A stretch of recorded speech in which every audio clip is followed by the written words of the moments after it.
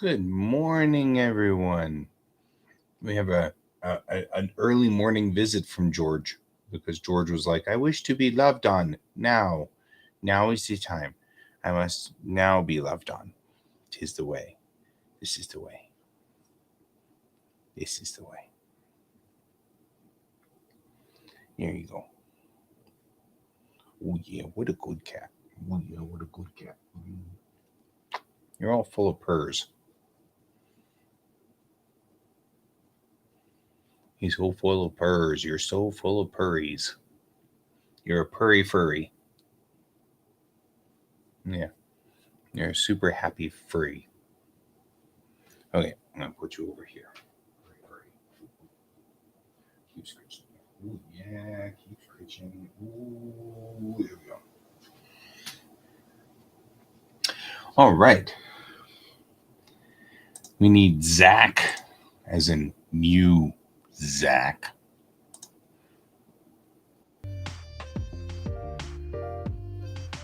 Weirdo. All right.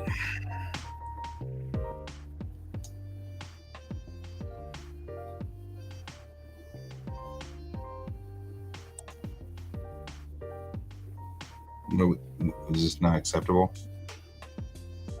It's not acceptable that I stopped scratching you. This was not an acceptable option on your part. You're a weird cat. Biggest problem we got, George, is you've become quite the Tom. So you're no longer a little cat standing on my screen. You're now a big cat standing on my screen. Goofus.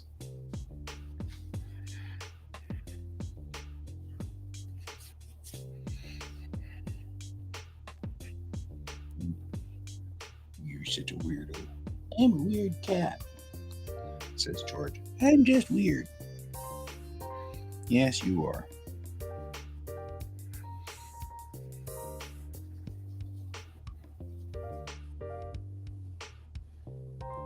He's like, you have about 2 years to stop doing that.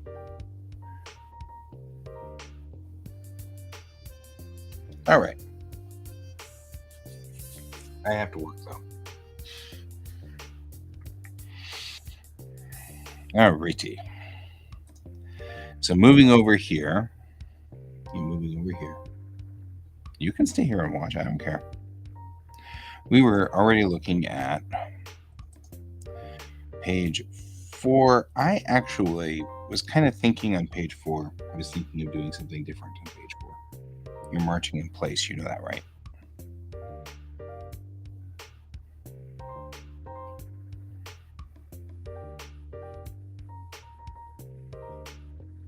Right? I mean, I could just cat. I could just cat for the day. You know, you and I, we could just cat. That'd be the thing. We just screech all day long. We totally could not do any work and just scritch. Except that I wouldn't get any work done, and I have lots of work to do.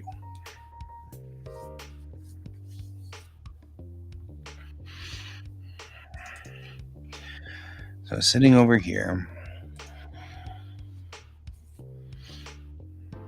let's kind of take a look at what we got going on here. It won't help you to do that. You know that, right?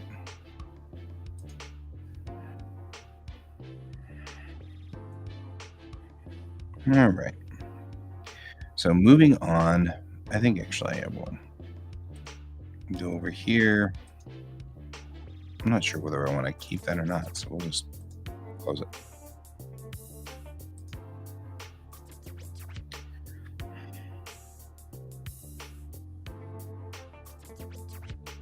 I see.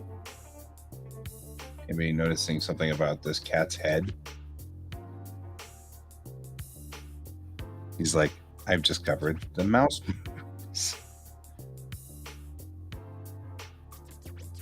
Left, right, left, right, left, right, left, right, left, right, left, right, left, right, left, right, left, right.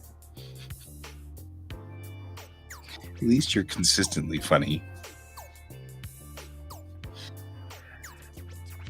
It's a good thing I put that Gorilla Glass armor on my monitor because I know you're bound to try to attack it at some point here.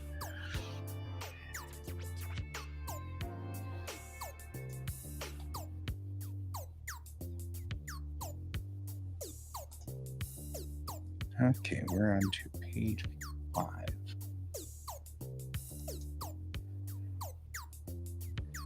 Which is you. Right? Look at all these people who've signed it. All 1, 2, 3, 4, 5 of us.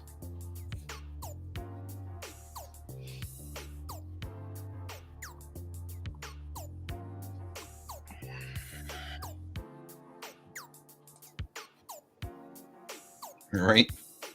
I don't. I'll sit behind you. You look over there. Look right there. I know that if I did this, you'd be like, what? But if we did this, look right there. Right there.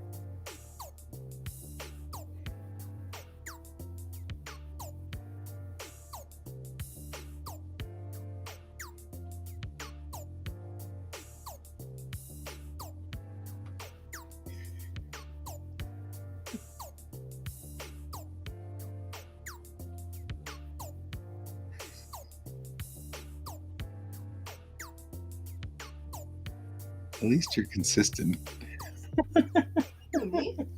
No, George.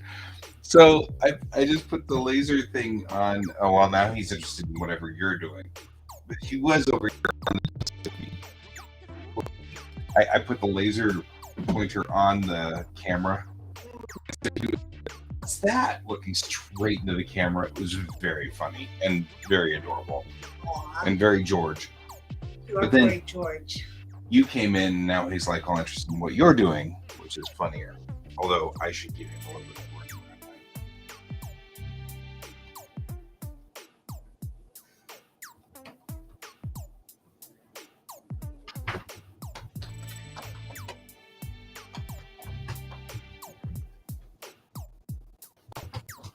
Had to wait for traffic there.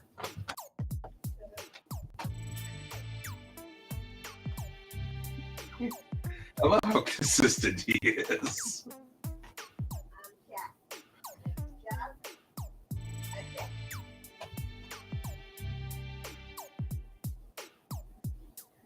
You didn't into your butt there. Now you can just deal with it later. Hi, art partner, says Brent. Hi, Brent. Says Art Collective.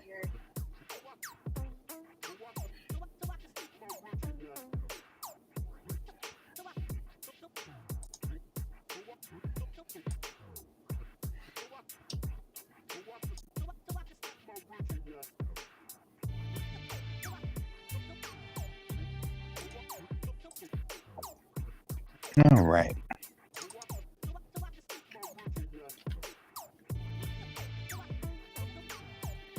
Man, they were not kidding. Some of these pages are huge. Some of these pages are teeny, and it's like they're just so weird.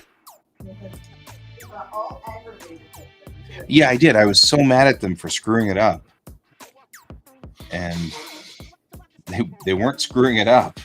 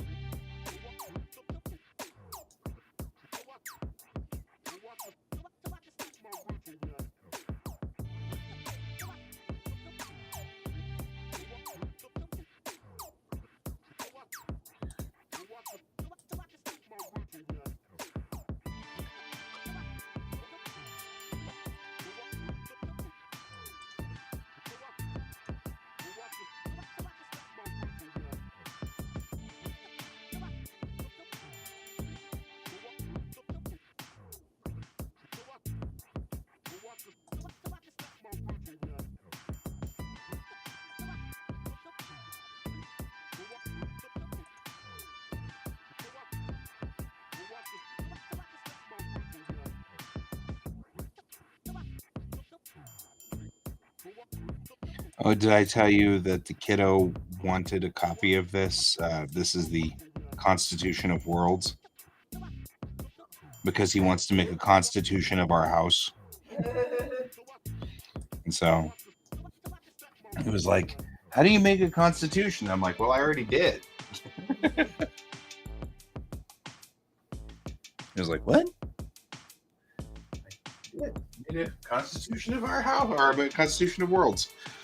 So it was very funny. He was like, oh, well, send that to me. So I sent it to him. On a completely unrelated note, I would like to try to figure out how to get the kid music lessons at some point. I agree.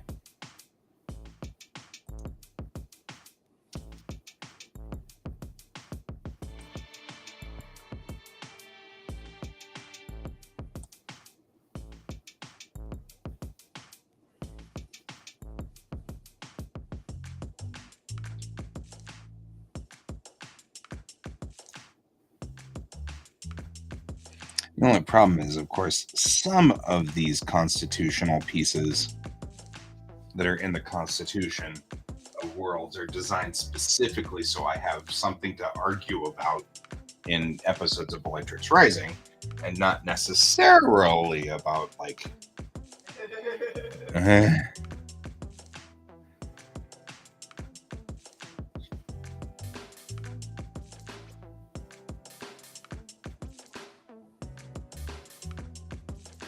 right? No being shall be unnaturally crafted by another being. That's specifically because I've got a story about that. The word unnaturally seems awfully imprecise for a constitution. It is very imprecise. And that's intentional. Yeah, I mean, because part of it is, no being shall craft another being. Well, Mariah, you're in violation of the Constitution because you crafted another being, So it becomes sort of well, now wait a minute.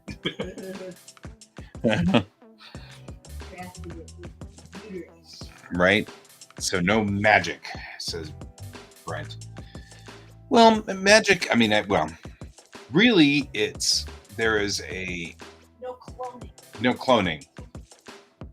That's what it's supposed to stop, is cloning.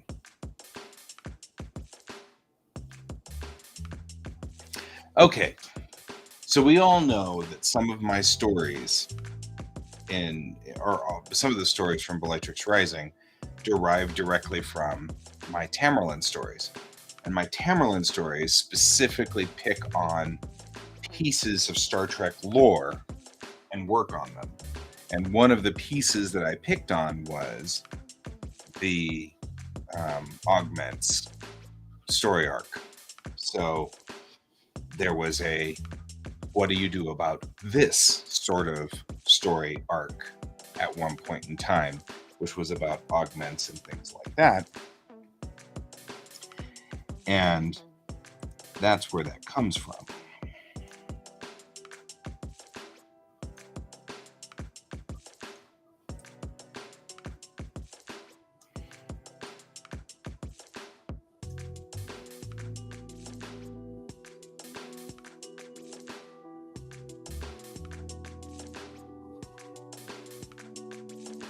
So it's all about trying to figure out, how do you deal with augments?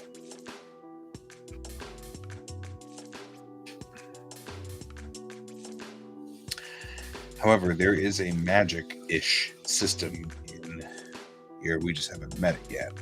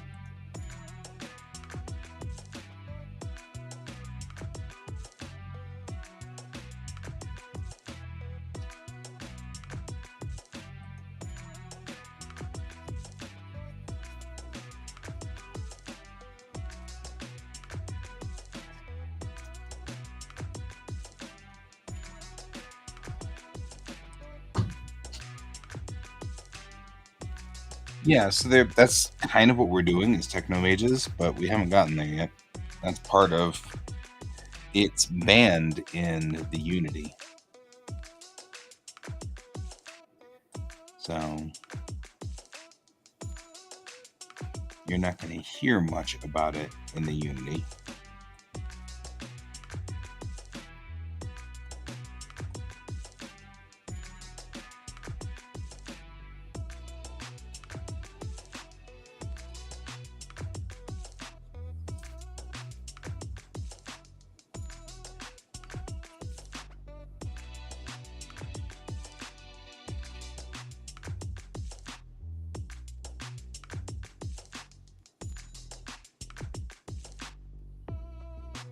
But as we start having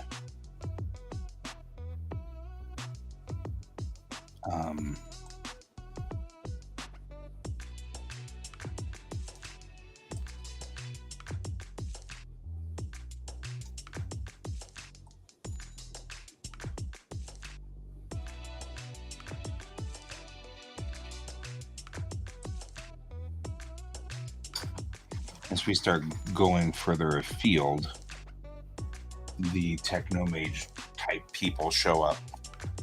They're important as part of the bigger culture. Are you out of here? I'm out of here. Have a good one. I will see you later. Okie dokie pookie. You're at normal time returning home tonight, yeah? Okay. Normal schedule. Normal schedule. Oh. Only one day was weird this week. And you still work tomorrow and Friday, yeah? I do, yeah. Okay. Perfect.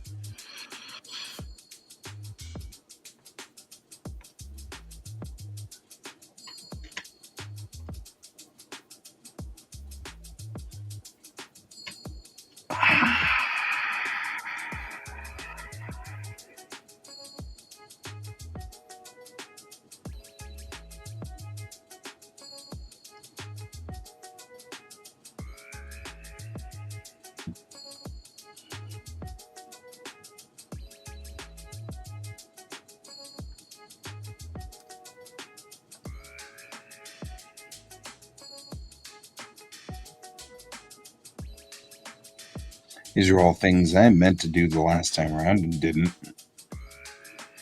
So we're doing them now.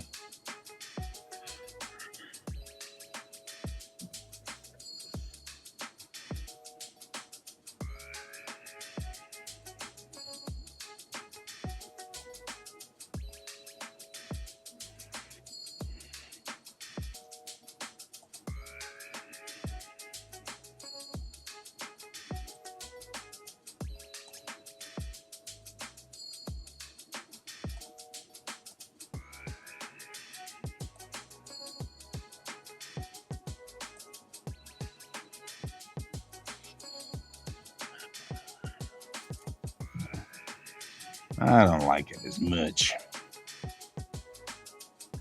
I want something in here to kind of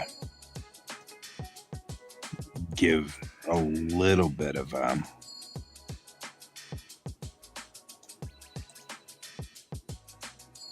but not that much. We don't want it to be so obstructive here.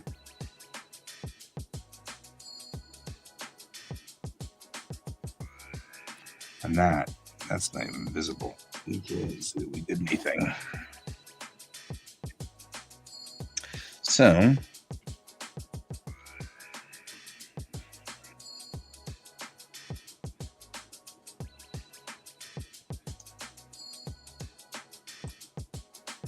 we do the old trick we've always done, which is you, and you.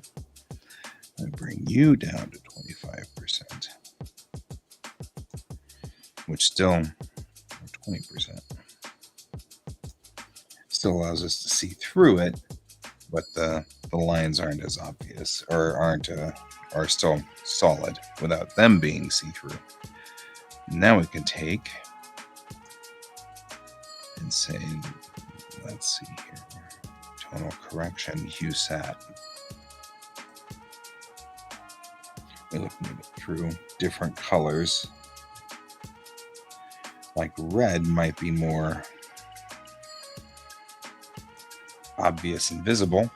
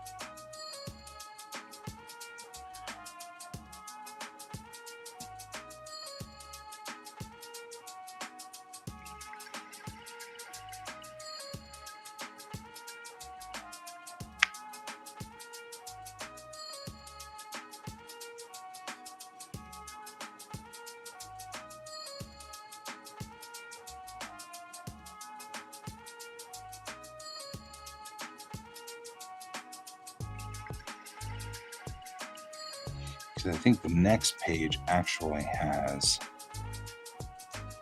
the zone of it in and of itself on there. Yeah, it does.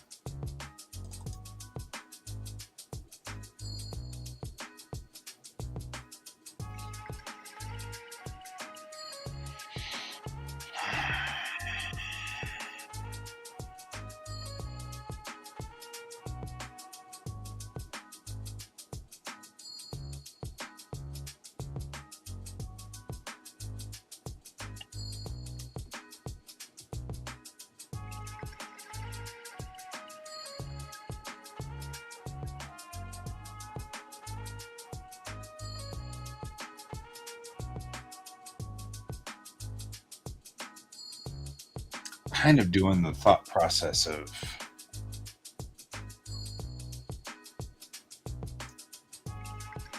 maybe we should go back in here real quick and redo this map, but rotate it 90 degrees. And the reason it's not rotated 90 degrees here is because in doing so, all the little names become infinitely small.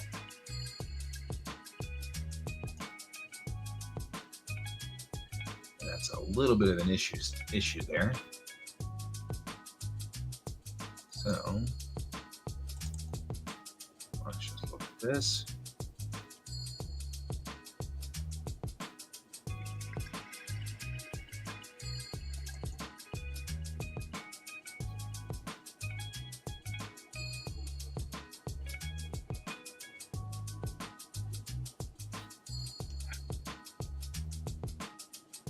Why is this the most recent one?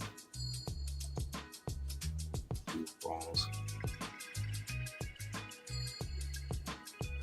This is Edgar. There we go. Reasons.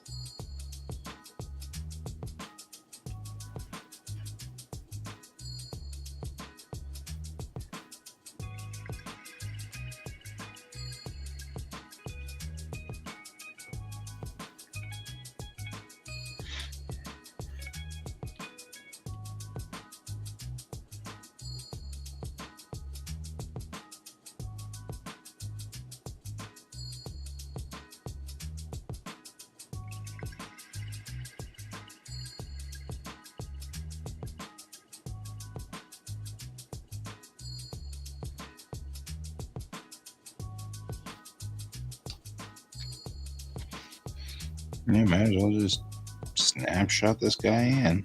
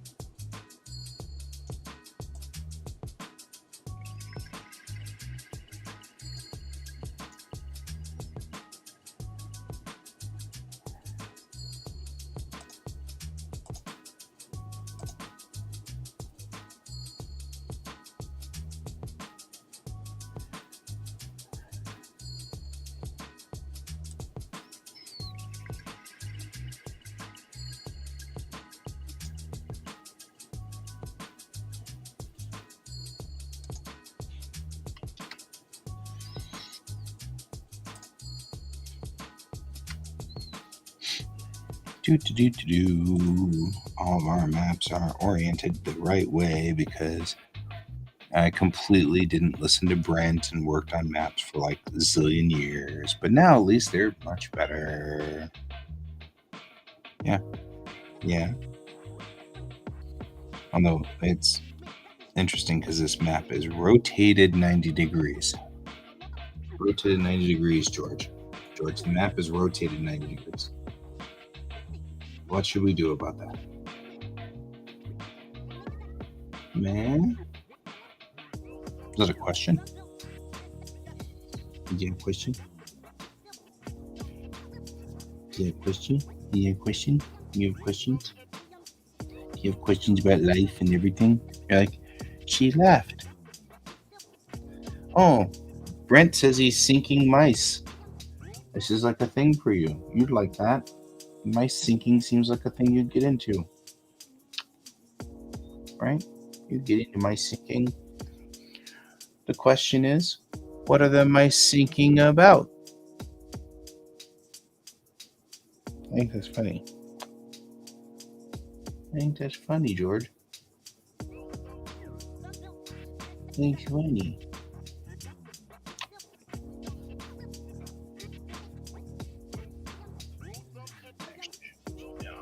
I actually kind of want to sit down and think about this.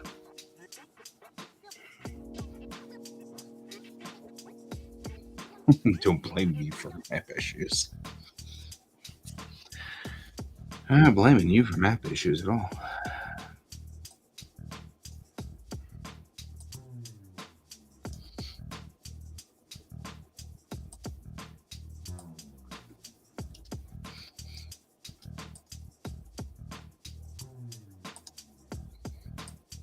All right, let's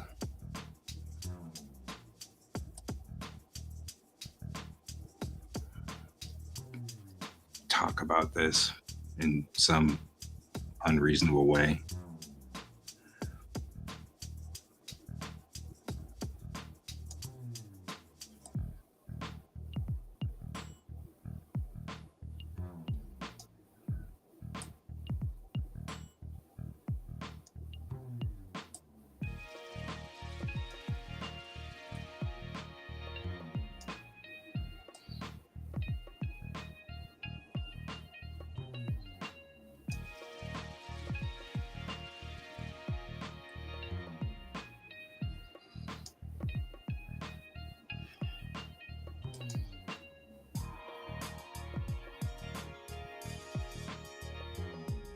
wireless mice and reconfiguring them, and I hate mice. Sorry. I'm actually pretty impressed, though. I mean, I'm going to just put this out there about how well these maps actually are lining up, though.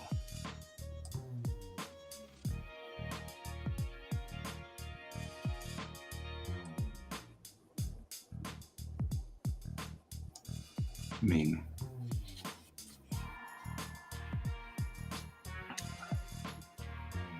these blasted kids and their wireless mice. Rawr, rawr.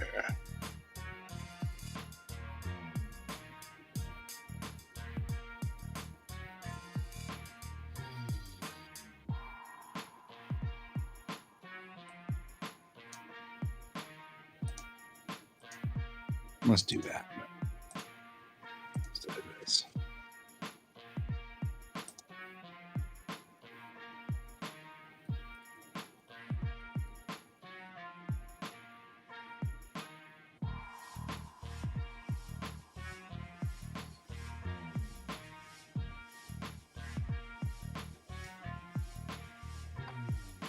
Let's first take that color.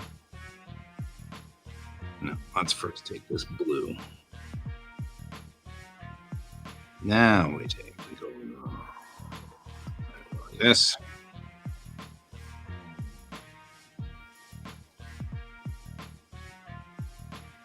And we say, what do we say to the god of death? Not today. Whatever. All right, deep, deep.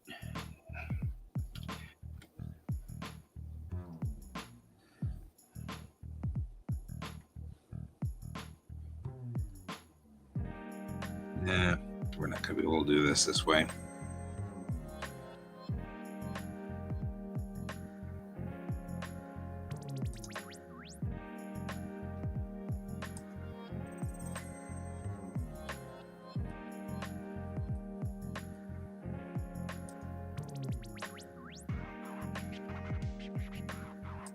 Because now we can do this.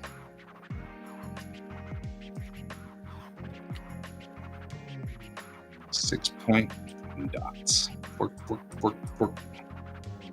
Brush shape. Dashed lines. We'll just do this kind of thing. Why is it a different color? Oh, because I right mouse clicked. Okay.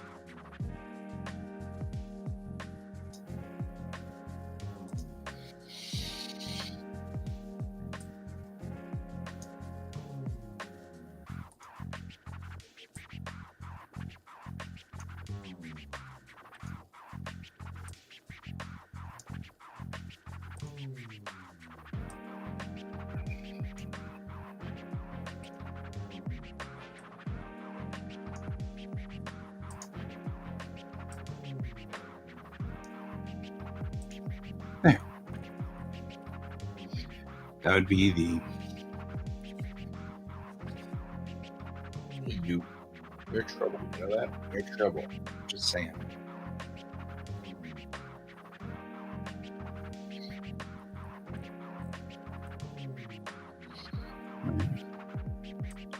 Then we'll go all the way over here.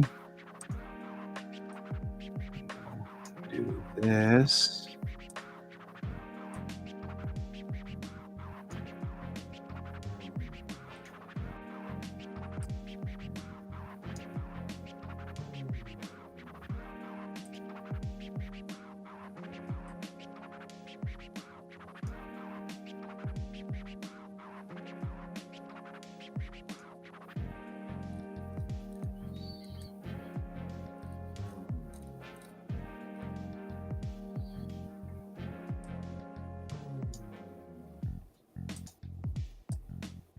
because they stay primarily in the cluster as far as like control zones are concerned.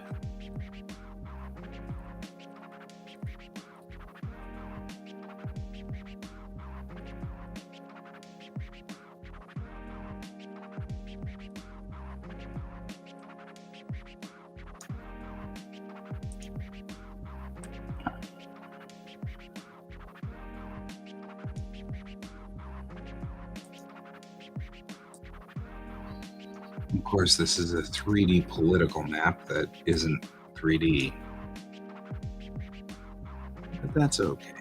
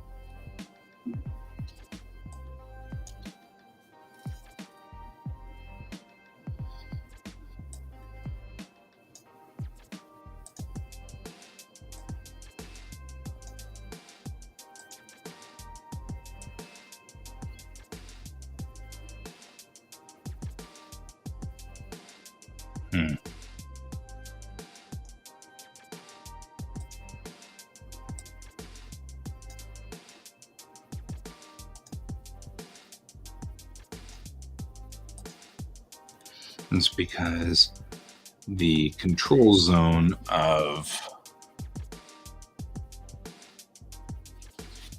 that, or of the Betelgeuse political zone is there. All right.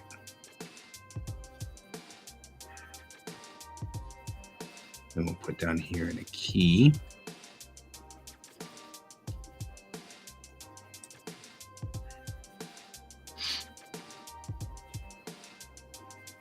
We get to that point.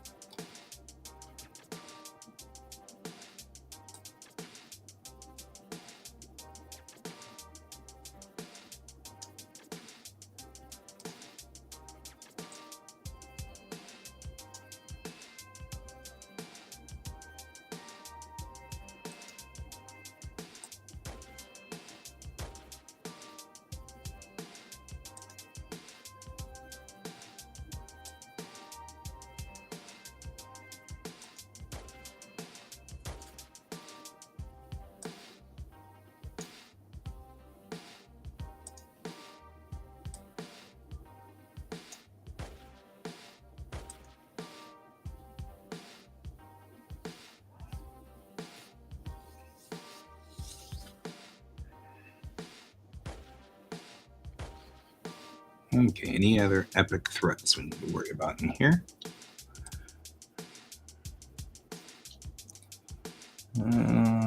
Maybe in the front of the Pleiades will be some gravity shear threat.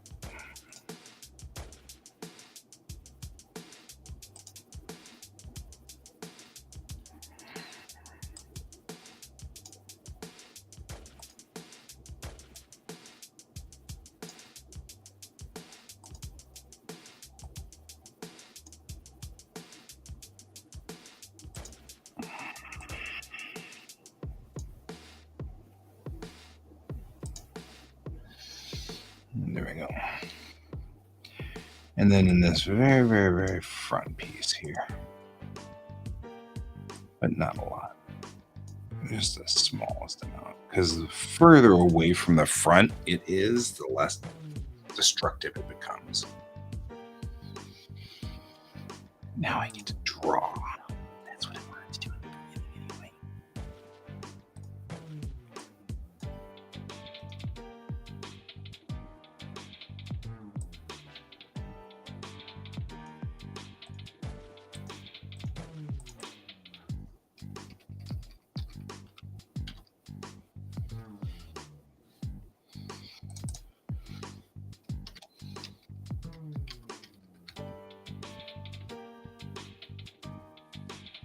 All right.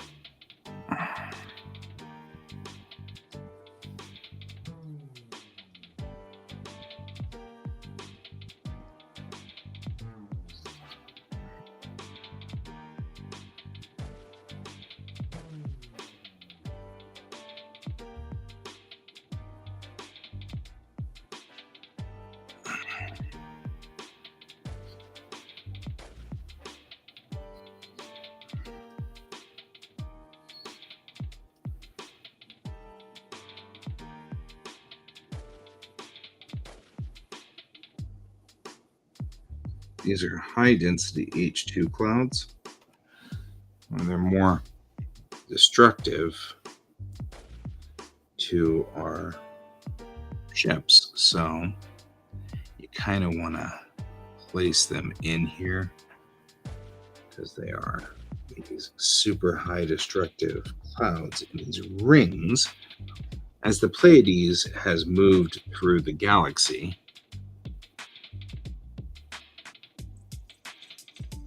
and traveled along, it's disrupted star growth and things like that. You end up with a lot of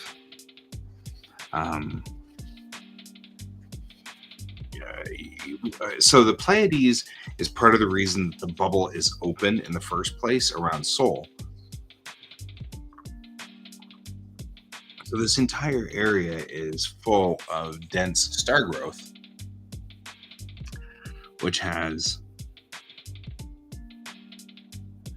a lot of disruptive clouds and things like that.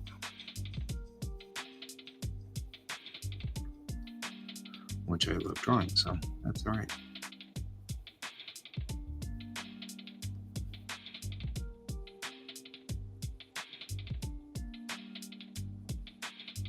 The geography of this area is such that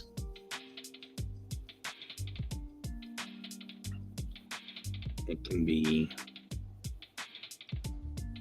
fascinatingly complex and difficult to travel in here.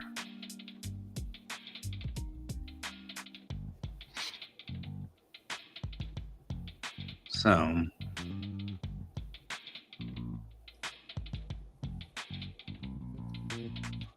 going to put fascinating star growth in here and things like that. But we've got these leading edges.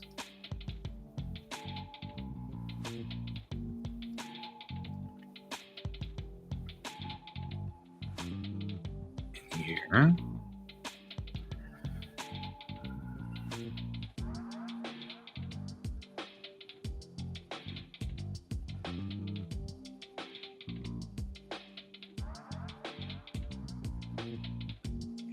Waves in the front of this, where as the Pleiades has moved through space, it's pushing parts of the galaxy out of the way as it moves. It's moving at a different angle than the rest of the stars,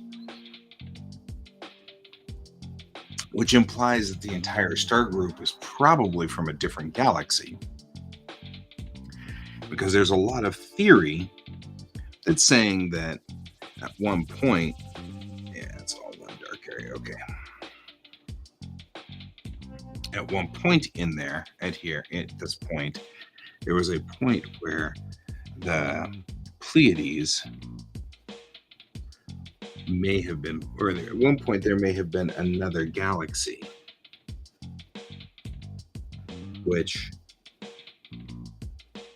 was which collided with ours at some point. And there are remnants of that collision still trailing around in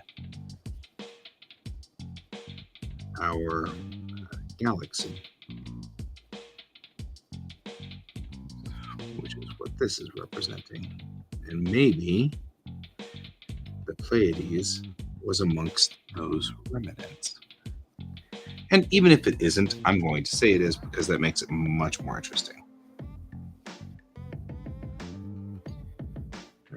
So now we're going to talk a little bit about the Pleiades as a star group.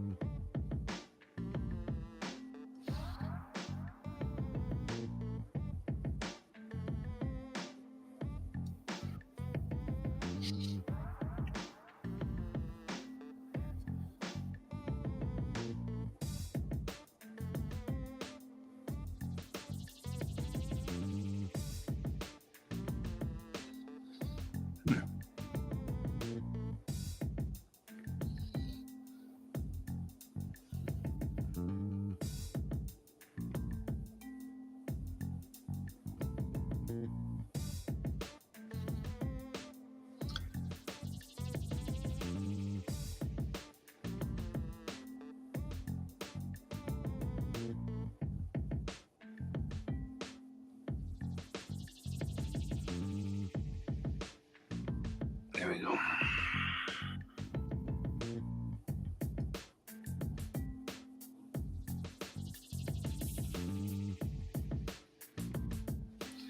So what I have done is make that much more prominent and make it look very much like it is a blob that's moving around, pushing material in front of it.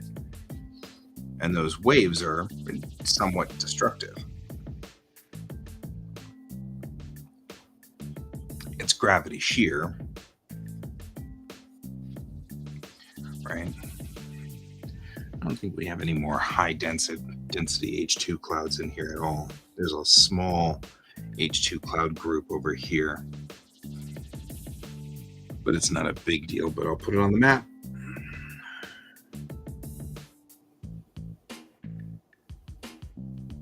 Because it's the only part that's actually H2 cloud out here.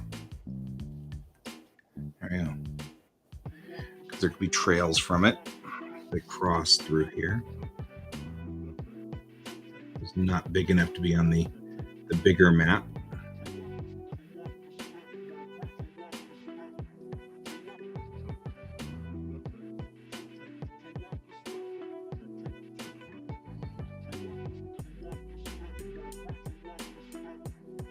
There we go.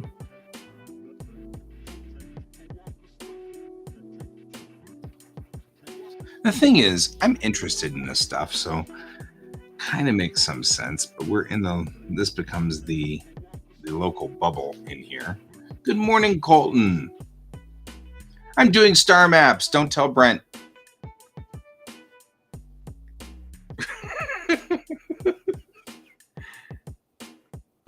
Luckily, Brent's preoccupied with wireless mice and keyboards. So, you know, or something, because like totally Brent's not noticing this. Totally. There's no way Brent could possibly notice what I'm doing. No way. None at all.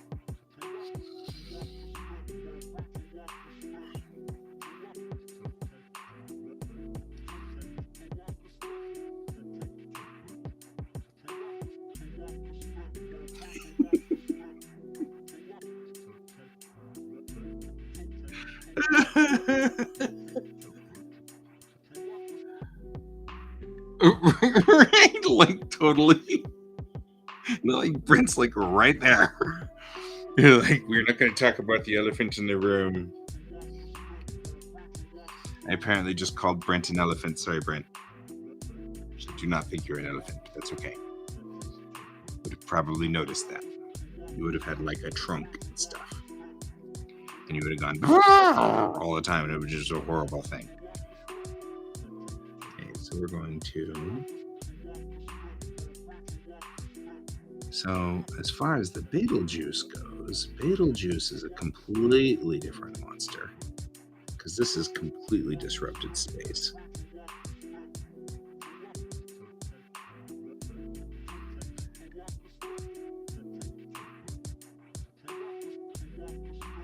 Right, so this gets to be kind of cool and pretty and graphic and stuff because it's disrupted space.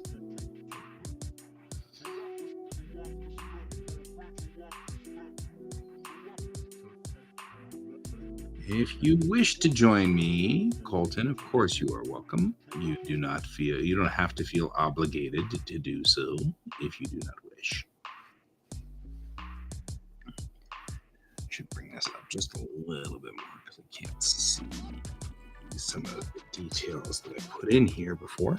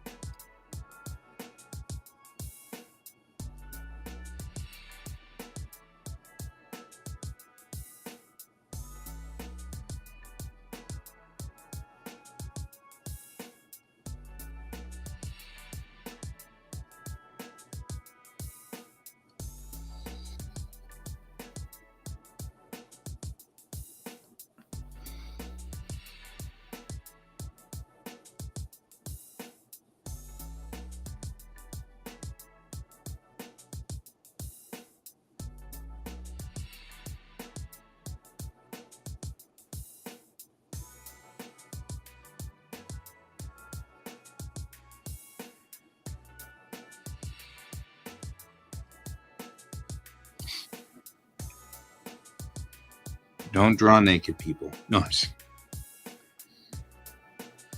see naked people.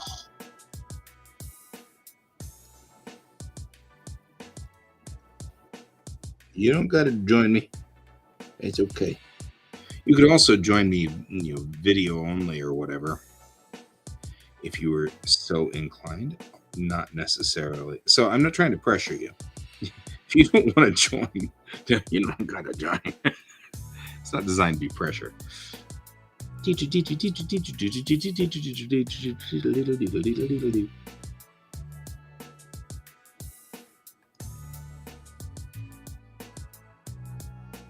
you go. A whole bunch of just messy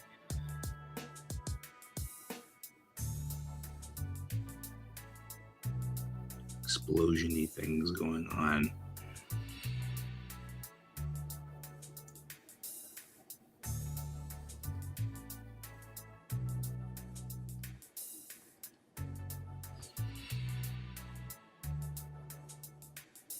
But you can join also via text. That is absolutely fine.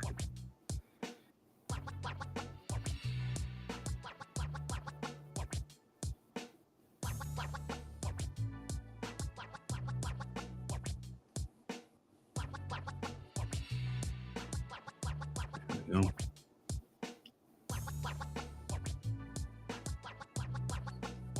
I'm drawing naked stars, not movie stars.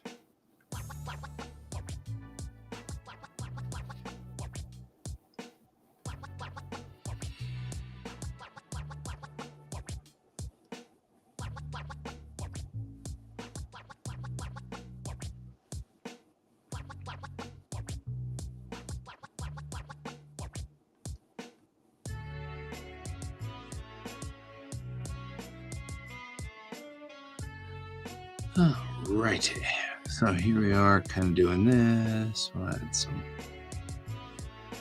flotsam in here. Definitely some like messy star stuff. Betelgeuse did not die nicely.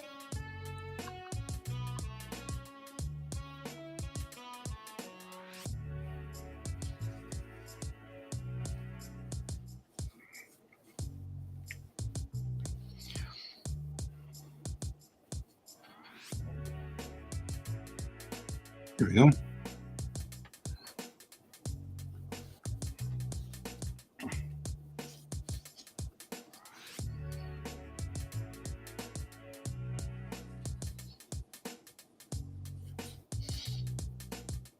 You don't gotta. I mean, there's no obligation on this one at all. I mean, I'm serious.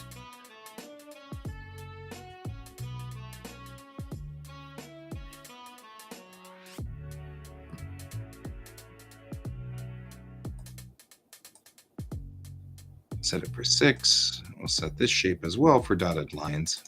And then we'll go in here and do the soul exclusion zone. Is there a way to set these things so that they are from center?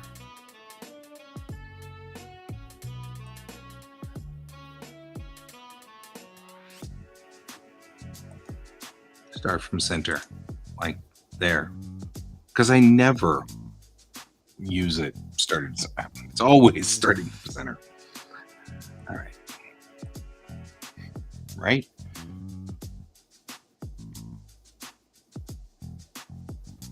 That's on the wrong place, though. Whee! Guess what we get to do?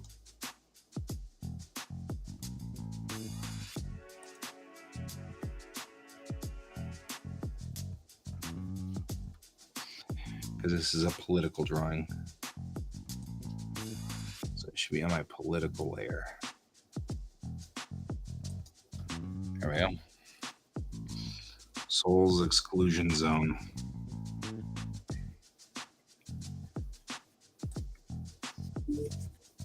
Hey, Colton's joining. Colton and his naked people. Naked people. What's up? Hey, dude. I am drawing maps. That's why we can't tell Brent. I heard you say they were political. Yes. So, how are your maps political?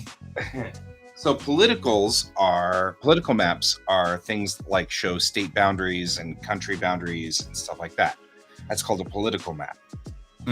Geographical map is where you show like where the mountains are and where the rivers are. Right. And so there's 2 layers. I have my geographic layer, which shows where all the cloud layers are because there are clouds in our galaxy. And that's my geographical. And then there's the political. This is the end of the unity space. And this is the beginning of Commonwealth space. And this is the beginning of let's say in this instance, the Pleiades and stuff like that. But they're also on the political boundaries are like, this area is off limits. You're not supposed to go here. And so this dotted line around Earth is the political boundary because it's red of you cannot go past this line. And if you do, then there's a specific group of people who will come get you and shoot you. You're not supposed to be in there. Kill or be killed. Yeah. Yep. They're called the Valkyries. And it's a special division of humans who don't belong to the Commonwealth. They don't belong to the Unity. They don't belong to any of these political alignments. They're completely separate. Mm-hmm. And they defend Earth specifically because it was part of where the incursion occurred in the war and things like that. So nice. Yeah.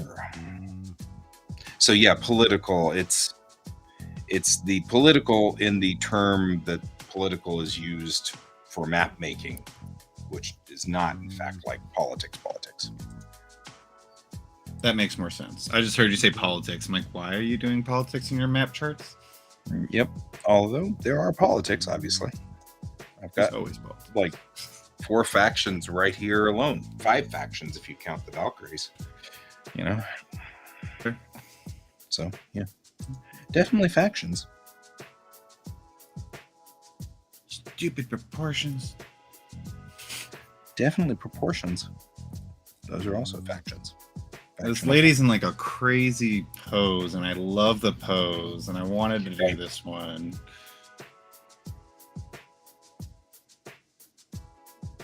Yeah, here, I can show you here. Do you get TSA'd if I show you bad things? Do what? I can't really show you because she's naked. Nah.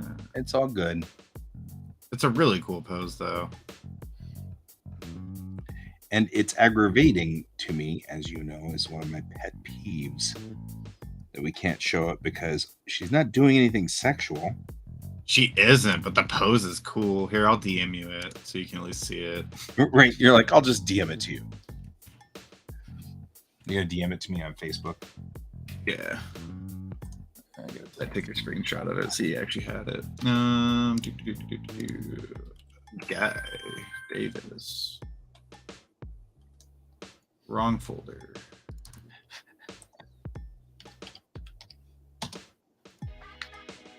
Her name is Stormy. Look at this pose. It is so cool. It's a crazy pose.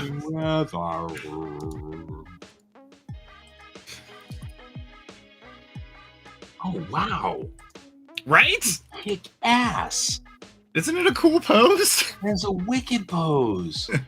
That's why I'm like, I want to draw this one. I really want to. I don't blame you. Yeah, that's why I was like, but they're like, hey, you're doing the 20-minute sketches today. I'm like, I can do that. And then I was looking at some of those poses from that website that I found, and I was like, these are freaking awesome. Like, I started finding these ones, and I was like, okay, cool. $40 well spent. Yeah, that's fair. This is a wicked pose. Like, I've literally, after I started looking at some of these poses, I'm like, okay, I can justify this $40 now. Right. Like, some of these, like, I thought they were going to be, like, generic poses and whatnot. I was like, for school, I'll do it. But now I'm like, no, I actually kind of like these. I need to screen capture all these so I can have references for myself.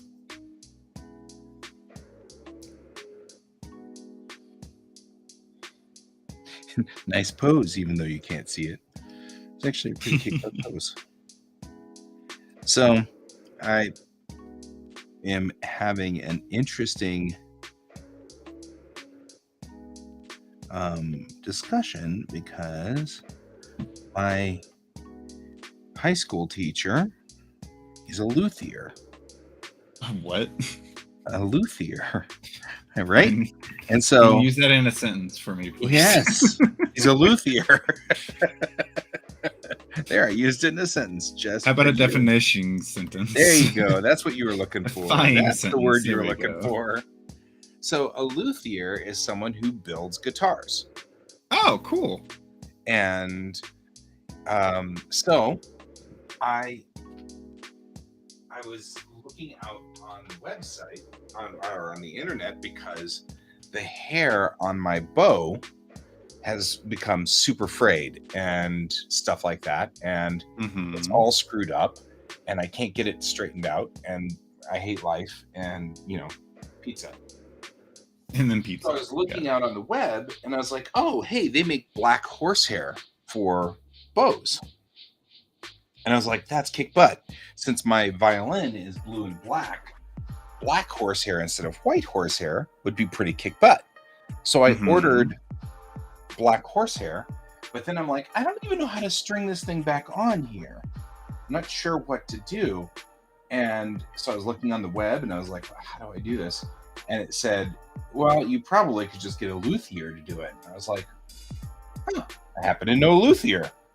So I don't know whether Dan still does stuff or not. Because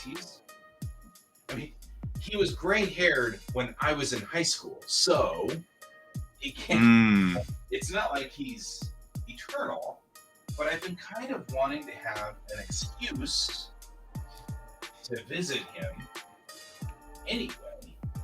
Maybe he is eternal. I was like, so I messaged his wife because I'm friends with his wife on Facebook. Right. Hey, is Dan still doing work? Is he still luthiering? And do you think he'd be willing to just help me rehair my bow and maybe, check the pegs and make sure that all of my strings are solid and things? Yeah. I mean, and I said, really, the truth is that I just want to come visit, but I'm socially awkward. And so I kind of just want to I'm making up a reason to come say hi. Right. I don't want to have a reason to come say hi and stuff. And she just sent me his cell phone number. She's like, just call him. I'm like, okay. That's awesome. She's like, here, just there, go. Yeah, just call him. Ask him if he'd be willing to rehair the bow. I'm sure that he'd be happy to. I mean, it's a small minor job, Oh yeah, but also like, hey, I get to see Guy again. I get to see him one more time, and that's cool. Maybe I'll take my recorder. That's probably why she's also like, no, just go talk to him. Let's go talk to him. But I know he's in his 80s. But nice. He's a luthier, so I mean, like, that's what he does. So now that he's no longer a high school teacher, he's become a luthier, and so I kind of want to hang with him a little before. He's in his 80s. I've lost my dad, so I know that, but there's also like a lot of people when they're in like a certain field, they never leave ever. Oh, like, yeah. They retire, but they never really retire.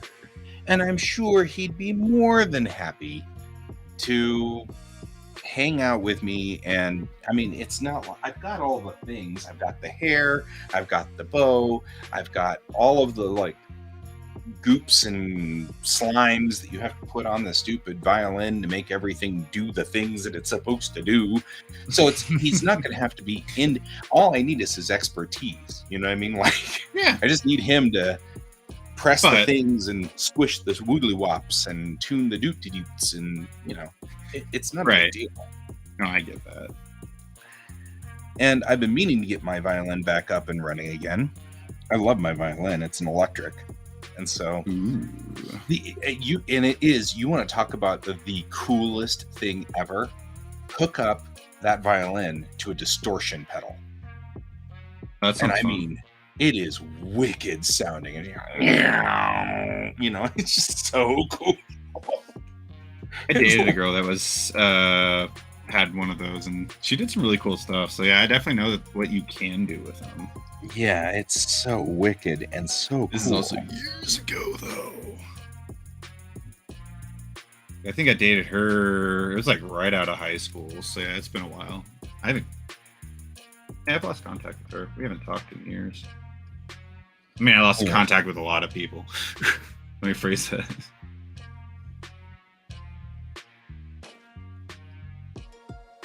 "2020 did a number." 2020 was not a fun time, no. No, it definitely.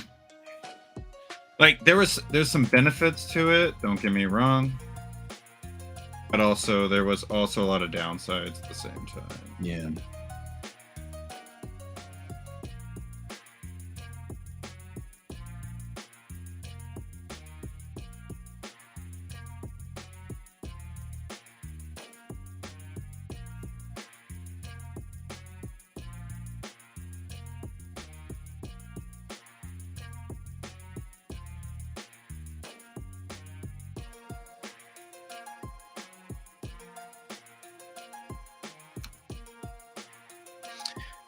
Open school was a very different place.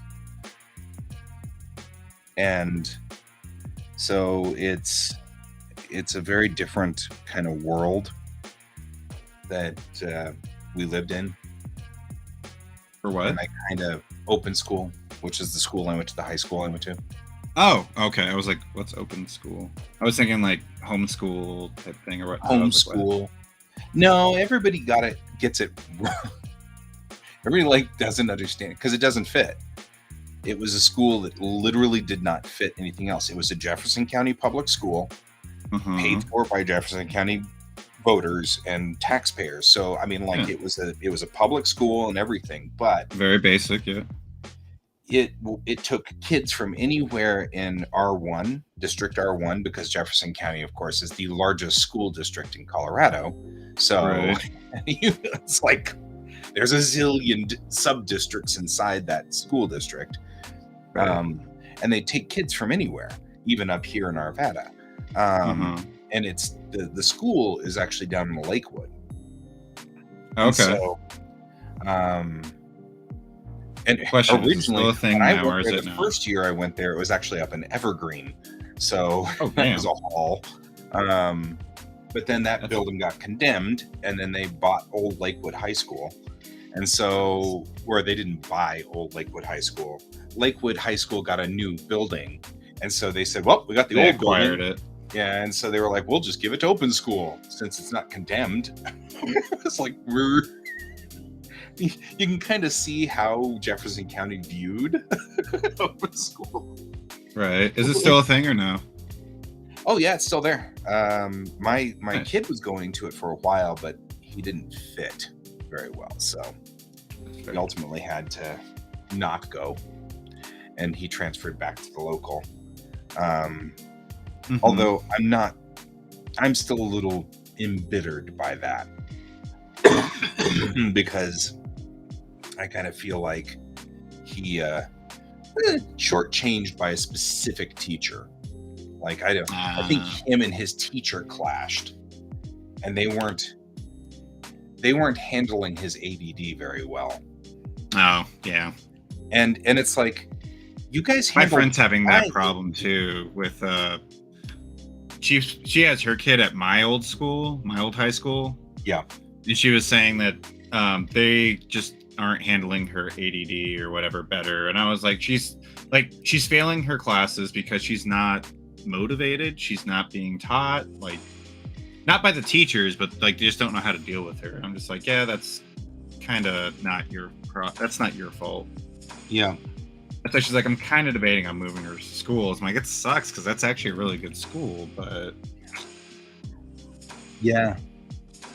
You're local too, right? Yeah. You're from these parts. Yeah, it's weird. It's too. you know about Jefferson Academy, right?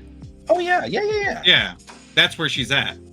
Oh man. Like, it's a good school, but like for some reason, but they're also in elementary, and a lot of people don't know how to deal with ADD and whatnot in elementary because they just think that they're kids. Yeah, and they're just not applying themselves or whatnot at the time. And I'm like, yeah, I get that, but like, you really don't understand that a lot of that is summed because you guys never really tried to work with me. I feel like George is feeling lonely today. This is like George very extra cuddly today. Yeah, this is like visit number 5 today. Oh, wow, he's very cuddly today. Yeah, he's super cuddly this morning. I don't know what his problem is. Yeah, I mean that, and I feel like you're right, because that was sort of also the problem with I mean, that was also like a problem I had too, because my mom would always say this to teachers and like family, like, I think your kid has ADD or ADHD. He's like, I think he's just being a kid. He has a lot of energy. Yeah. And especially being younger, I totally understand. And yeah, I did kind of grow out of it, but also at the same time, me and my mom talked about it. It's like, I have ADHD tendencies. Right. But I'm not a full-blown like ADD person, you know? Like, I don't need to take Adderall or whatever and all this stuff to like maintain my life, like be able to function, all that stuff. So does it say you're not paying attention to me, so I will come up here and eat your stylus? Is that what George is doing? Yeah, look at him. He's like, he's like, I'm rubbing up against your stylus. I'm in your face, alone, rubbing on the stylus and snotting on it. Thanks. That's Brent's over here saying he's all alone. Right? Hey, Brent's got Tormund, who will pester him. Brent's got a friend. Yeah, Brent's got a little orange guy. Oh, he's got an orange cat? Yeah. I'm a fan of tabbies.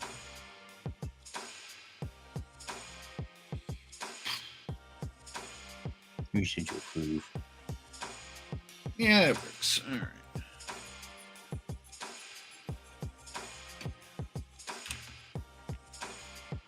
So yeah, that was the thing, is that, and this is what bothered me, when you have an ADDer, because I was one, the development of the work with your buddies part of your brain comes later. But it doesn't, like the part of your brain that says, we should work together, Colton, you and me.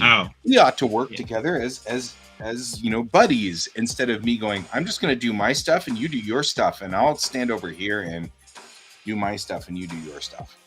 Right?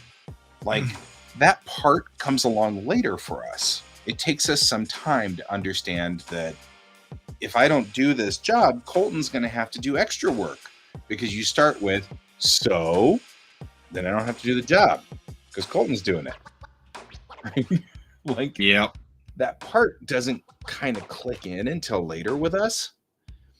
And I mean, I guess some people it never clicks in, but still, it's even I've discovered the way kind of human development works is I must do this, otherwise Colton has to do it, and I'm going to feel bad aspect of your brain that does show up for every human. It's just that at some point, then it becomes, I'm not going to do this because Colton's a jerk, and I don't mind that Colton's doing the work, right? That's an evolution of it, though. But before that level, you have this point where, just so you know, George, eternal scritches is not, in fact, the way of the world. It's not? Why are you in the bag? Why are you in the bag? He just jumped in a bag randomly? Yeah, he just totally jumped into a bag. I don't know what that's about, but, That's awesome. George lives George's little world, and I don't get it sometimes. Oh, Brent, your cat's adorable. Oh, did he send you pictures, Tormund? Yep. He's like, this is my cat. He's so cute. It is a very cute cat. He's hugging his legs while he sleeps. 'Tis the way of the world. But anyway, yeah, I do feel like that level doesn't come in right away with some of us. Right. I mean, time. I know it did take me time. Like elementary, I did not. It was more about high school is when I started realizing group projects, like understanding what a group project is. Right. And it's not necessarily not understanding so much as it's I'm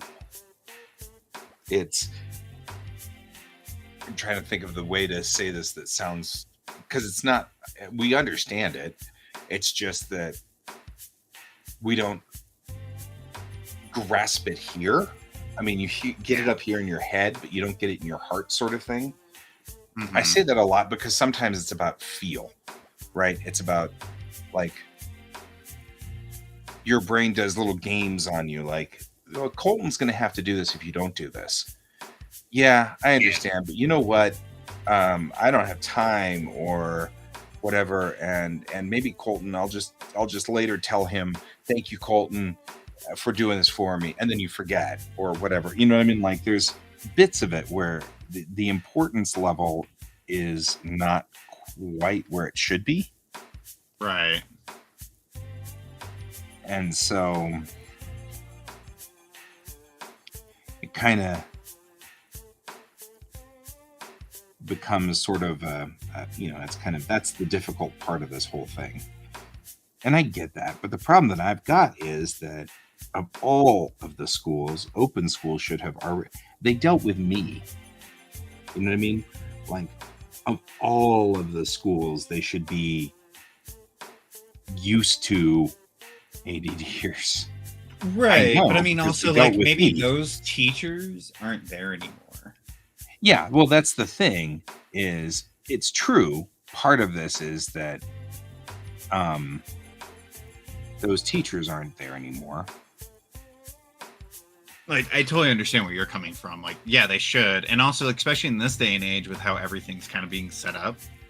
Yeah. Like, everybody's talking about it and whatnot. Like, we should be able to go, like, have, like, no problem jumping right into that. Right, exactly. We should know this by now. This shouldn't be an issue. A lot of kids are coming up with ADD now. And, we should be over the goofy, stupid game of, they're just belligerent children or whatever. Mm-hmm. We should be done with that. Because actually, the ADD is an autistic spectrum problem, and there is sufficient evidence, substantial evidence, that's saying that autistic spectrum is caused by sound and noise and environmental noise when you're a baby. Because there are some studies going on now in China, and they're doubling they're now into the trying to verify their results, but they were noticing that they had higher incidences of autism and autism spectrum the closer you were to the interstates, the big roads, the big highways. Mhm. And they were checking the sound levels, and the ambient sound near the highways was much higher than anywhere else. And they were thinking, since it's a sensory problem, it may be that, these babies are overloading their sensory systems early on. And that's the theory. Huh. Which makes some sense. Where were we all when we were? And it's genetic, so it's a genetic predisposition towards that. You know what I mean? Like, you're genetically predisposed to get zotted by random crap from the environment. Get zotted. Right? So, and I'm willing to buy that. That sounds pretty accurate. It's Sounds like good. I mean, it does. I mean, it is a sensory, because it's a sensory overload is pretty much what autism really is, right? Yeah, it's totally sensory overload. So I can totally see that being an actual thing. Yeah. That's my thought. I mean, I could see that. All about being completely overloaded.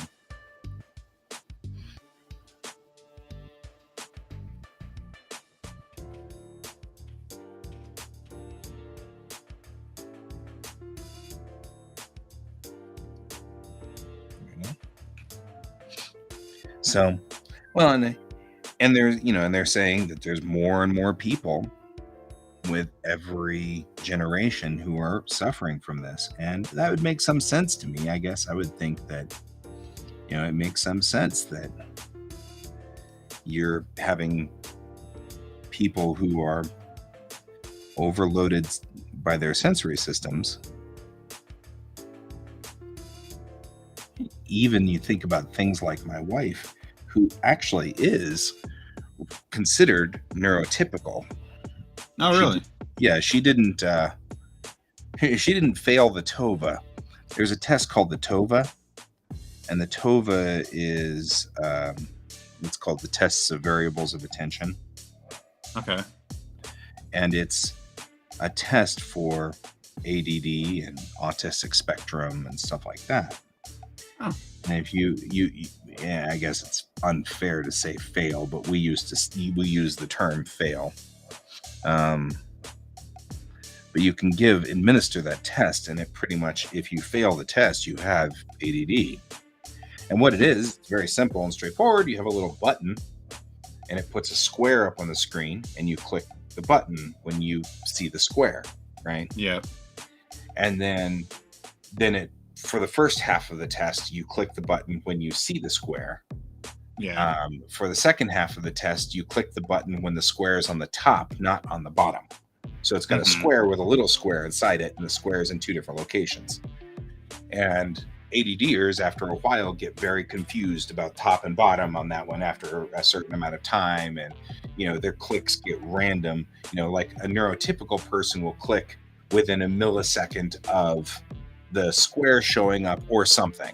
Whereas ADDers are either 2 milliseconds before the square shows up, or, you know what I mean? Like, they're all over. Right. Numbers start getting like this and get further and further and further out. To the ADDer, it looks perfectly normal. You're clicking. I did fine. And you're doing the job. Oh, you've got indications of ADD, because you're like, how did that happen? I clicked all the things. But it's not that you clicked it. It's that you weren't consistent about clicking it. Your clicks got weirder and weirder by milliseconds, by millionths of a second. But right. The wonderful thing about the old computer thing, not you. Those guys are very good at. Why are you darker? There we go. So anyway, it's called a TOVA, Tests of Variables of Attention. That's cool. I didn't know that. Yep. I failed it 3 times.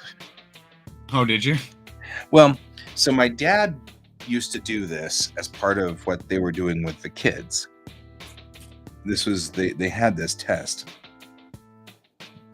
And so when they got a new version of it, they would calibrate it with me.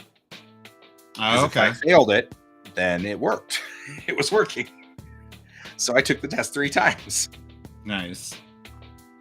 Every time they got a new version of it, they'd be like, okay, time for Guy to get in here and sit down and fail this test. All right, Guy. Find out if it works or not. Yep. Make Okay, sure that Dad. you fail this test. Gotcha. No problem. This is me failing the test. My job is to fail the test. Nice. So, speaking of medication, I guess I can share my screen now. you're no longer working on naked people. Yep. I went back to Jim Kungi. Yep. Fair. Anyway, so there you go. I finished the naked people, so I was like, all right, cool. I got about 10 more minutes before I actually have to go get ready for work. Yeah, you might as well join me for 10 more minutes. Yeah, so I was like, I'll come in real quick, talk with you for a bit. Say hi to you and Brent.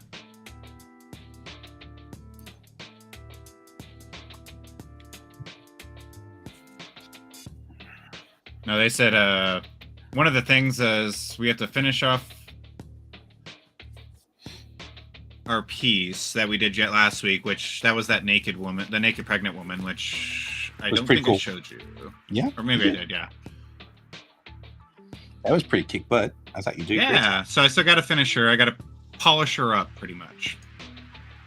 Yarr. So, but there's another one on there. It says go back and revisit a project. And I was like, cool, I'm just going to finish this one finally because I really want to finish it It is a good project. and put more time into this one. So,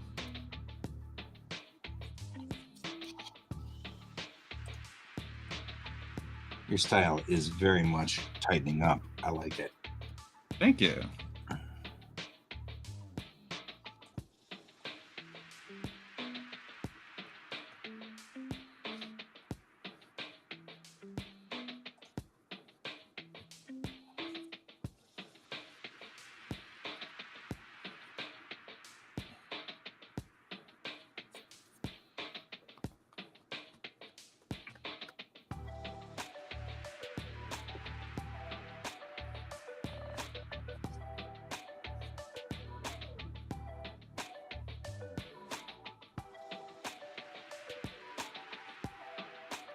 I feel like once I do this, though, I should rotate it again.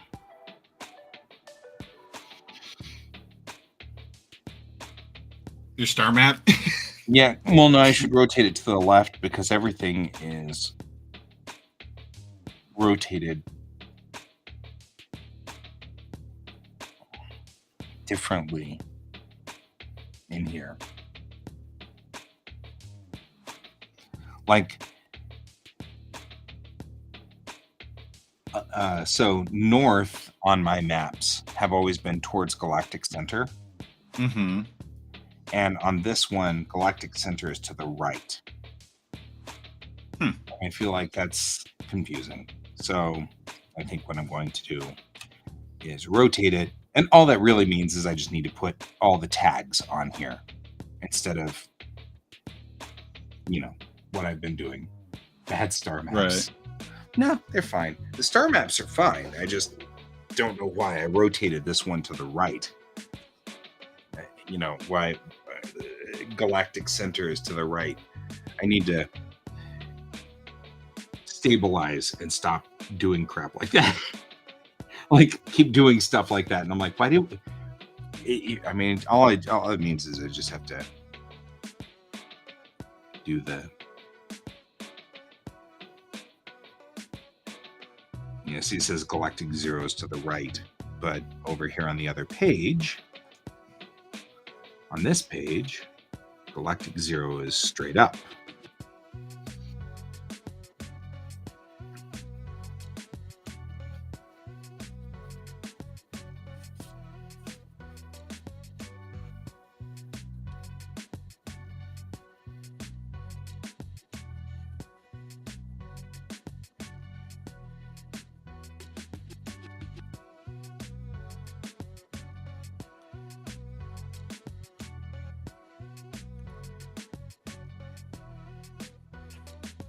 Which is fine. This is fine. Nothing wrong with this. Just grumpy. What if we do this? Let's see something.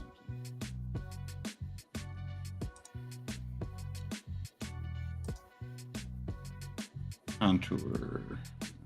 Texture. Ooh, nah.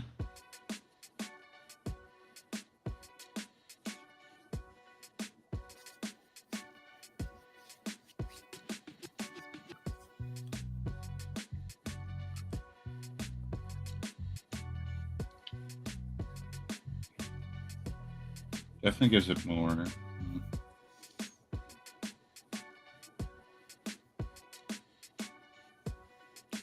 You know what? Let's just do this. I have an idea.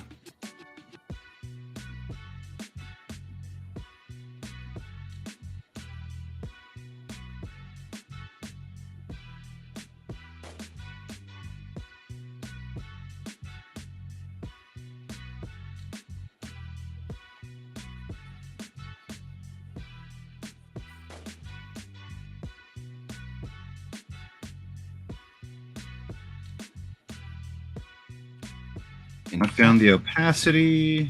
I think we'll do all of that now. Come in with I don't need this anymore because this map now reads correctly, like it should. Slightly pull away all that texture. Still keeps it in there.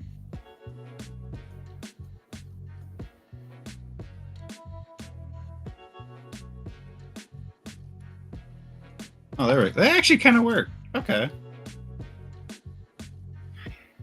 You're like experimenting. I did. I was like, I wonder if this texture thing will work, and it kind of did. It gave it just kind enough of works. texture that, because he, like, the pores in his skin. I was trying to recreate that a little bit, Right? and I kind of did, in a way. It works. I like it.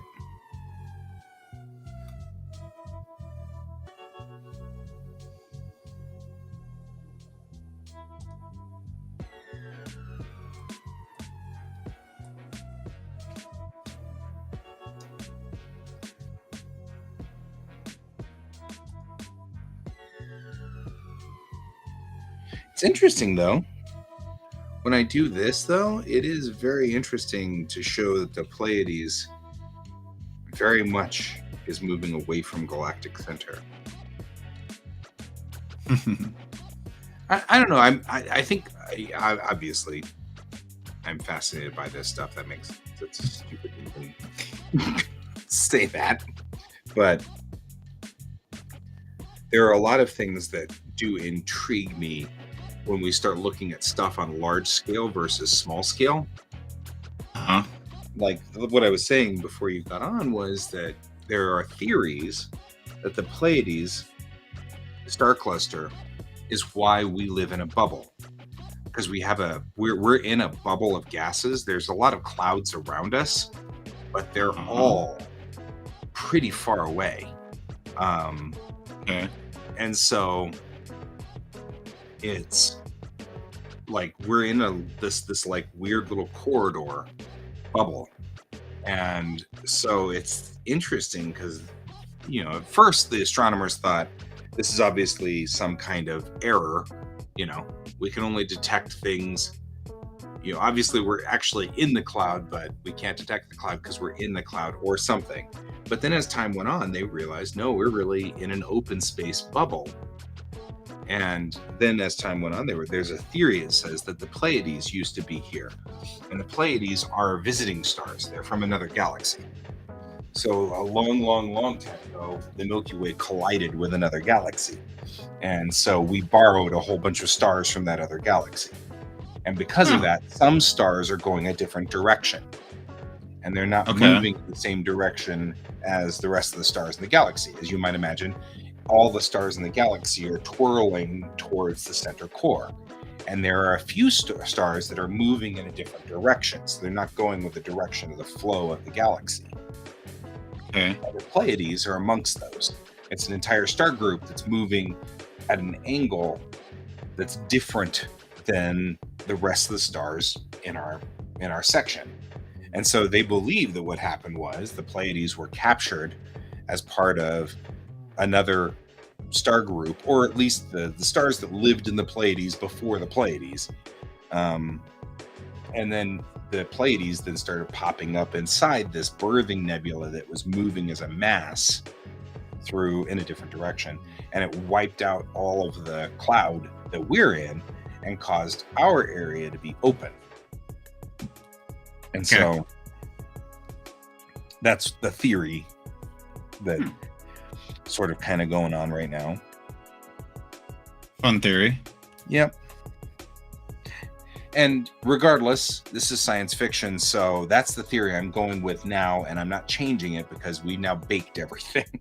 So everything's baked. So we're not messing with it anymore.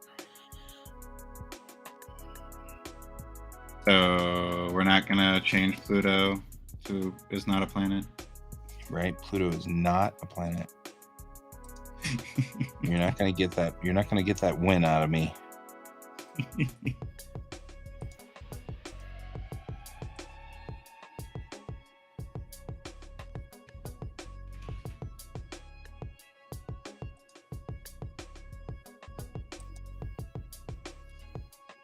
Let's do opacity down, flow down, and we'll just keep working this. There we go. That looks better.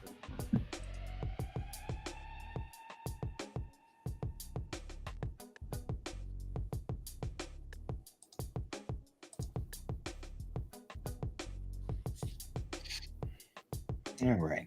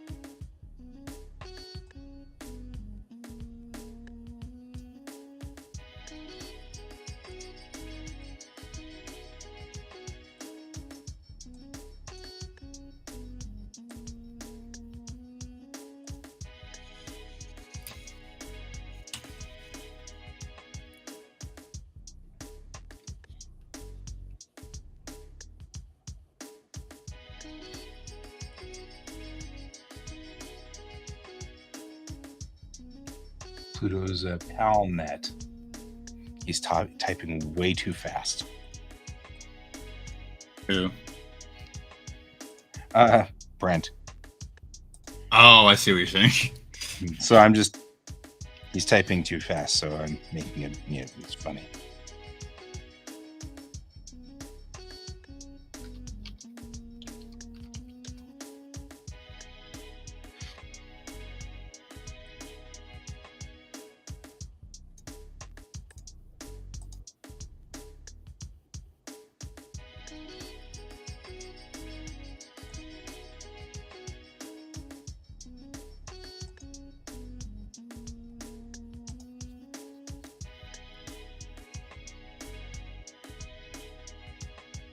It's kind of cool looking in a vacuum.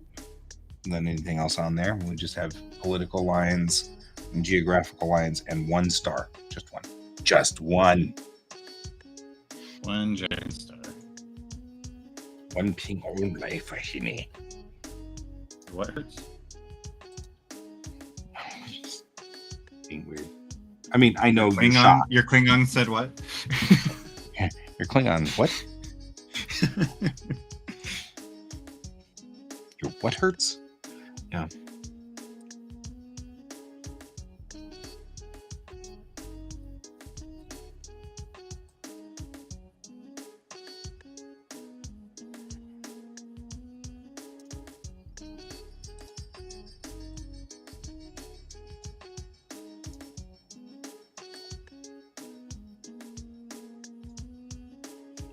Man, it's really hard to see in here once you get these many stars in this system.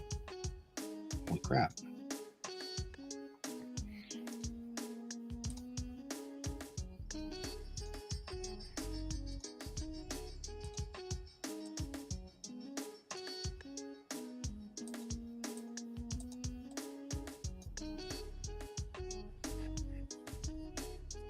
You being you. Maybe. Maybe. Anything Might could not be plausibly wrong. happen here.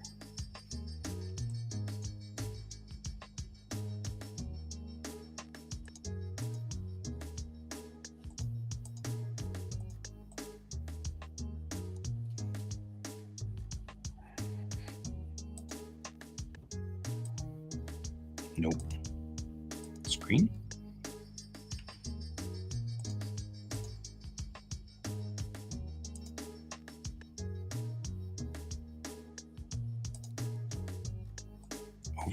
Overlay. I get screen and overlay confused a lot.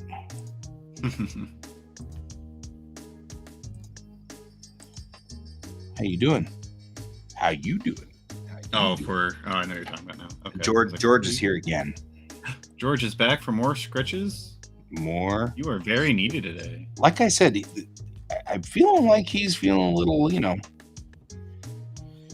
abandoned or left out, or I don't know, something. Something's happening all the over here, loves George. today. George just needs all the lovin's.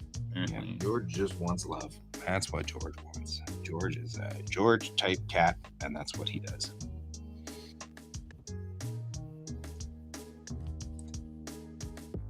All right, I'll move you over here.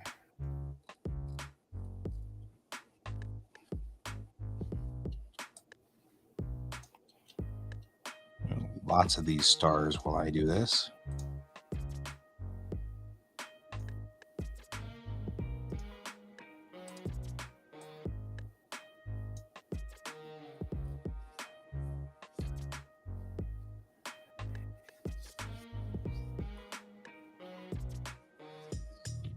No kiddo, no art partner.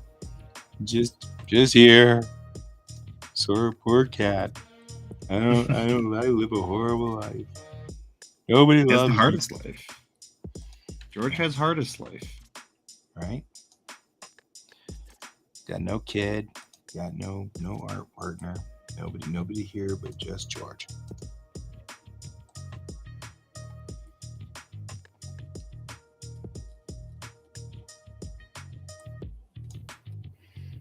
Turn off all of those. And then we're gonna just Control Shift E.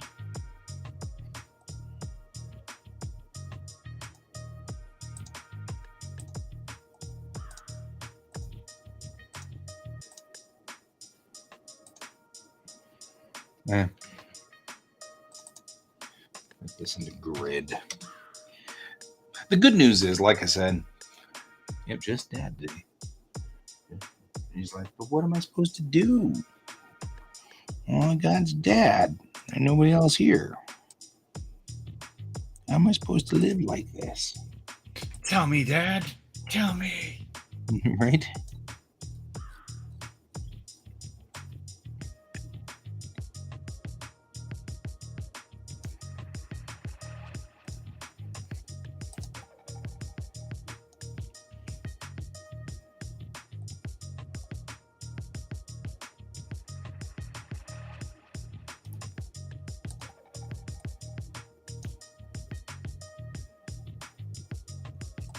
The Hyades star cluster is super dense too.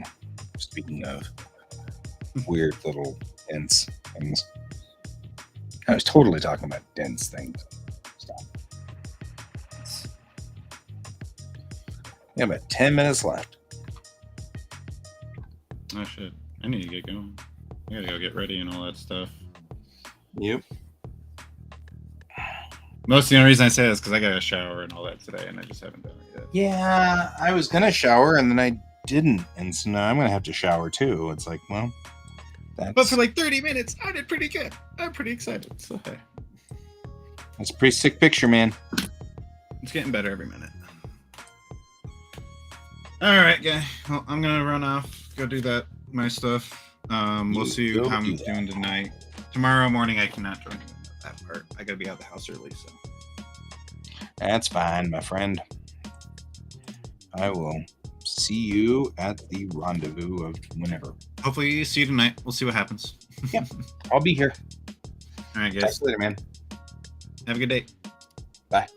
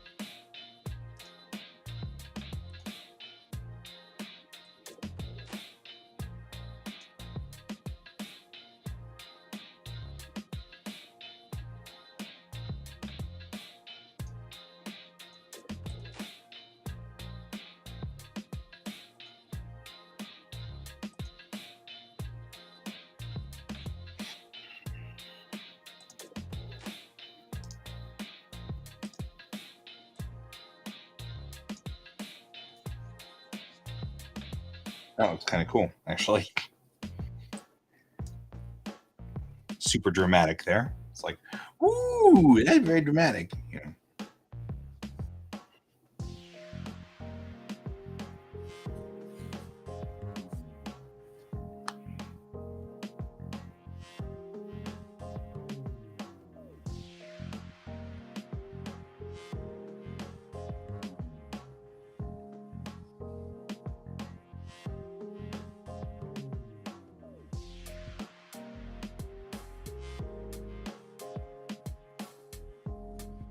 I have 9 stars.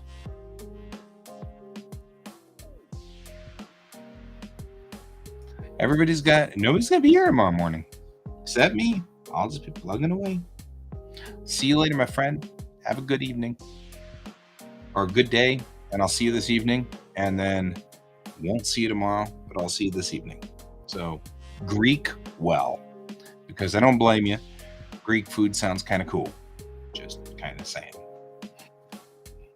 I, on the other hand, am going to finish this map before I clear, and then I'm going to clear too. And then, I don't know. Yeah, well, I'll be sure to do all my star map work tomorrow then, just to...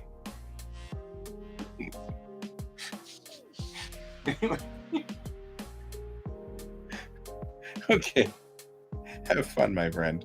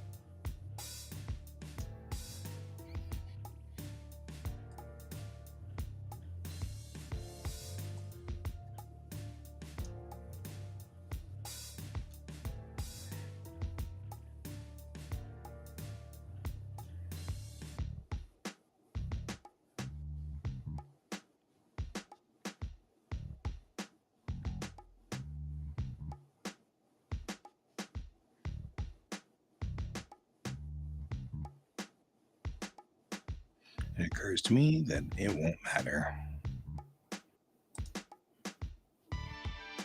This trade route will curve like so. So we'll clear this.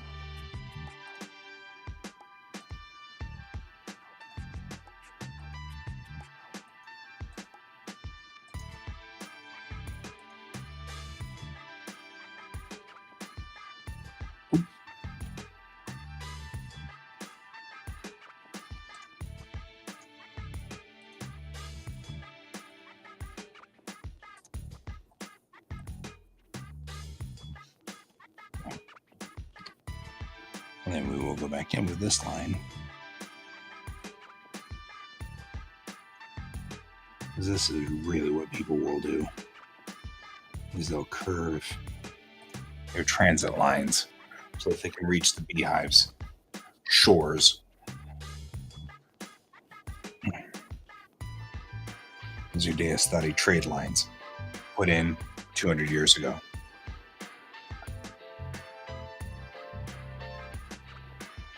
Which is what the blue lines represent, the dark blue lines.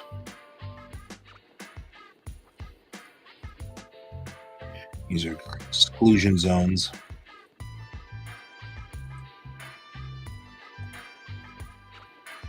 So, and maybe I should make them in dots.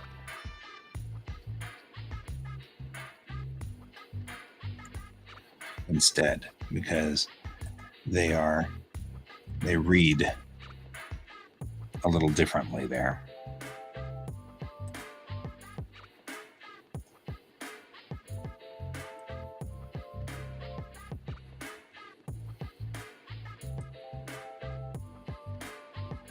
This also works a little bit better if we have bent routes.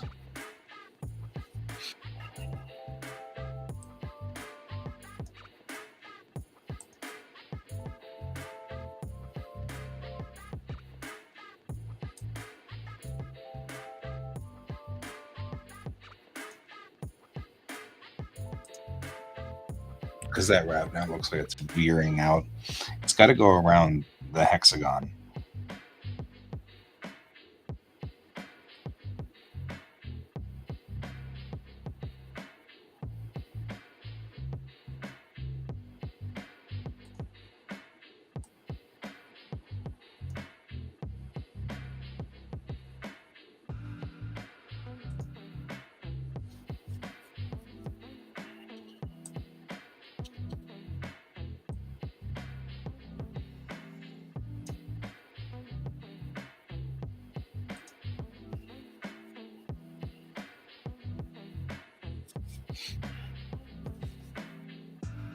All right.